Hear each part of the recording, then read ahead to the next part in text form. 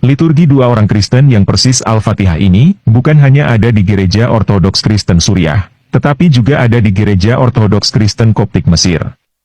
Jadi, Utsman mengambil dua orang Kristen Suriah, menyuruh Zaid bin Sabit menerjemahkannya ke dalam bahasa Arab, menambahkan kalimat terakhir, dan menaruhnya menjadi halaman pertama Al-Quran, setelah Muhammad meninggal. Nah, mungkin ada yang berpikir, bahwa orang Kristen Suriahlah yang mencontek Al-Fatihah dari orang Islam. Jadi, Hussein memberikan bukti lagi, dengan menunjukkan manuskrip-manuskrip kuno, yang berisi Al-Fatihah dalam bahasa Suriah. Dan sudah ada sebelum Muhammad lahir. Supaya tidak ada keraguan, bahwa Al-Fatihah bukan diwahyukan oleh Tuhan kepada Muhammad, dan bukan bagian dari Al-Quran ketika Muhammad masih hidup. Tetapi, diambil dari Gereja Ortodoks Suriah, diterjemahkan ke dalam bahasa Arab, dan ditambahkan sedikit pada bagian akhir oleh Utsman bin Affan, ketika dia menciptakan Al-Quran versinya sendiri. أعوذ بالله من الشيطان الرجيم بسم الله الرحمن الرحيم الحمد لله رب العالمين الرحمن الرحيم مالك يوم الدين إياك نعبد وإياك نستعين اهدنا الصراط المستقيم صراط الذين أنعمت عليهم غير المغضوب عليهم ولا الضالين. بسم الله الرحمن الرحيم الحمد لله رب العالمين الرحمن الرحيم مالك يوم الدين إياك نعبد وإياك نستعين اهدنا الصراط المستقيم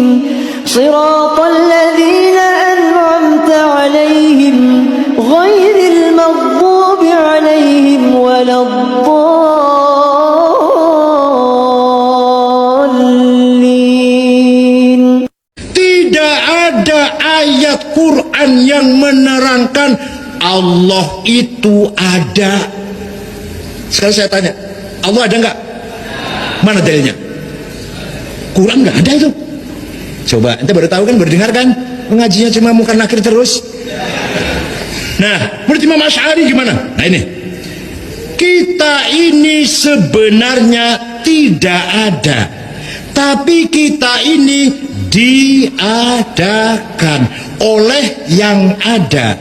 Yang ada sebelum lapal ada, itu ada, sudah ada. Bahkan kita menggunakan lapal ada karena ada yang ada, atau kita menggunakan lapal tidak ada karena ada yang ada. Maka yang ada hanyalah yang ada. Pasti nggak paham.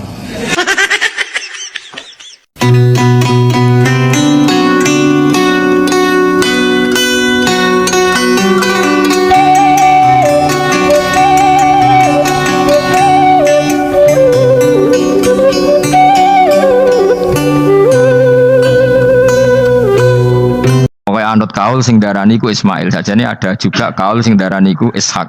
Tapi kita melok partai mayoritas mawon rata-rata bilang sing disembelih sinten? Ismail. Padahal rata-rata ulama sing top-top itu darani Ishak. Tapi ini Indonesia agak populer kan. Ismail wa Ishak. Ismail wa Ishak. Ishak wa Ismail. Dasar atau ngaji. Jadi sebetulnya perdebatan ulama itu lebih mengarah ke Ishak sebetulnya. Tapi mainstream kita di Indonesia itu lebih ke Ismail. Ya rasa mikir kok takok alasan itu. Karena ya kita iska tenan. Tapi yang terkenal Ismail. Darani ki goblok malah repot.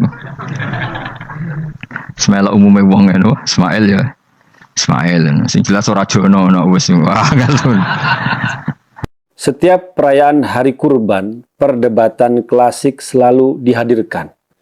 Siapa yang disembelih dari putra Ibrahim, Ishak atau Ismail? Kalau orang Yahudi dan Kristen yang ditanya, jawabnya berdasarkan Alkitab adalah Ishak. Sedangkan orang Islam akan menjawab Ismail.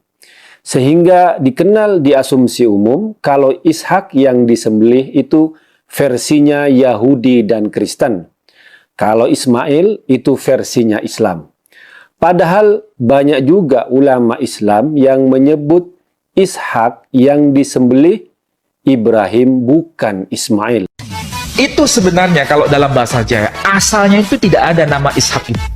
Tapi itu sengaja ditambah karena ada tujuan. Jadi munculnya nama Ishak itu ada problem sebenarnya. Quran jelas bahwa itu berkaitan dengan anak yang pertama. Ismail sebagai putra Ibrahim alaihissalam tidak pernah dikorbankan. Justru yang dikorbankan adalah putra Ibrahim alaihissalam yang lain, yaitu Ishak.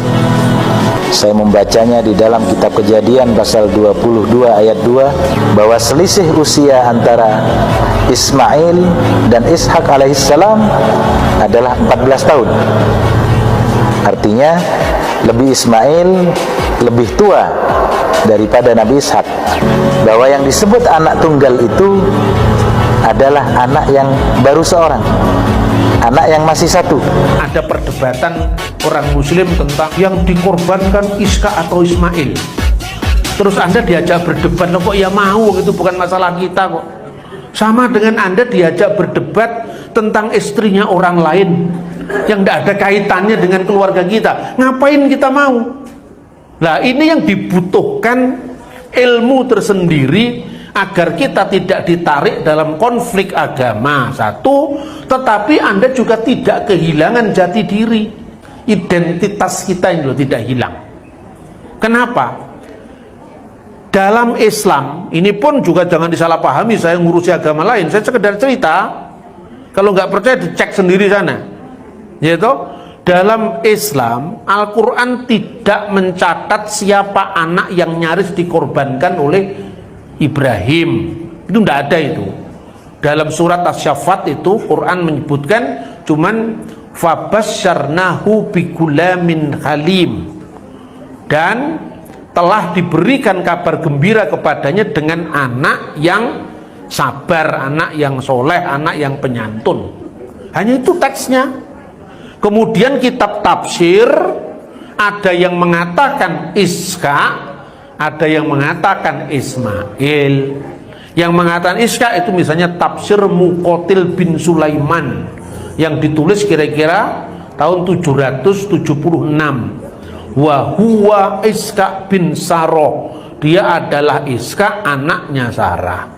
Abad ke-10 muncul tafsir lagi Quran yang disebut Jami'ul Bayan fit Tafsiril Quran yang dikarang oleh At-Tabari.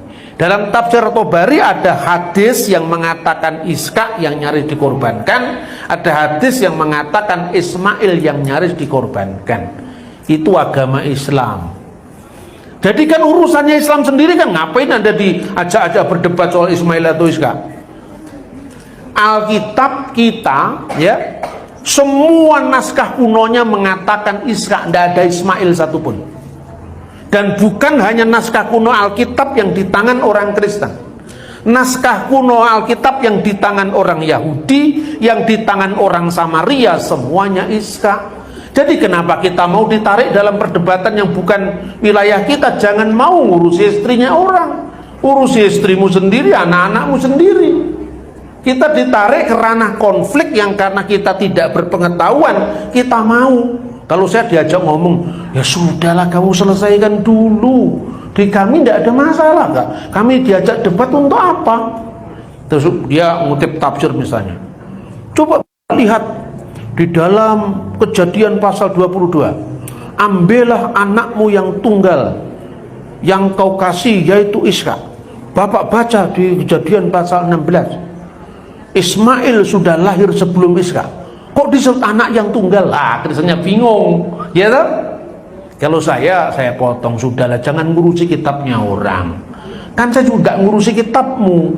Damai itu artinya tidak usil. Damai itu jangan usil dan suka mengusili orang, kan gitu kan? Ketika Anda mau katakan tentang kitab saya, yang berhak menafsirkan kitab saya ya saya, bukan kamu. Ketika saya ngomong tidak ada tulisan bahwa yang dikorbankan itu Ishak.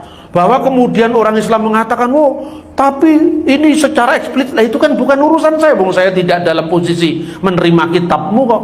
Tapi yang jelas kan memang tidak ada nama Ismail atau Ishak, tidak ada. Ya itu kamu selesaikan dulu. Tapi yang paling kuat Ismail, ya sudah Ismail menurut kamu, tapi jangan ngurusi Ishak, itu kitab saya kok kamu urusi. Ini kunci perdamaian. Tapi Anda tidak terjebak dalam penodaan agama, bener gak? Nah kemudian saya tunjukkan Taurat Samaria. Orang Samaria itu sudah berpisah dengan orang Yahudi yang lain pada kira-kira tahun 300 abad ketiga sebelum Masehi. Orang Kristen berpisah dengan Yahudi kira-kira tahun 90 Masehi, sejak orang Yahudi mengeluarkan yang namanya birkat haminim, kutukan terhadap orang sesat. Dan orang sesat itu salah satunya Kristen. Yang mengeluarkan itu rabi-rabi dari kalangan orang Parisi. Yang disebut sesat itu adalah orang Saduki dan orang Nosrim. Nosrim itu Kristen.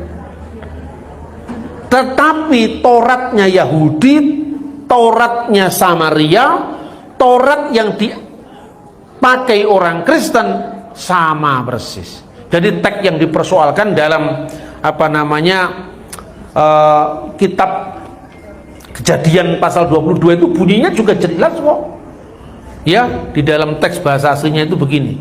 Wa yumirkhahna et binika et yihitiha asyer ahabta et kitsah wilehleka el aret hamurya. Ambillah firman Tuhan, ambillah anakmu yang tunggal yang kau kasihi, yaitu Ishak, dan bawalah dia ke tanah Moria. Itu Yahudi dan Kristen sama. Samaria ada perbedaan satu lah. Kita harus jujur, beda ya beda. Bunyinya apa? Kalau di teks Samaria, wilehleka, dan bawalah dia el eret hamuri, ke tanah More.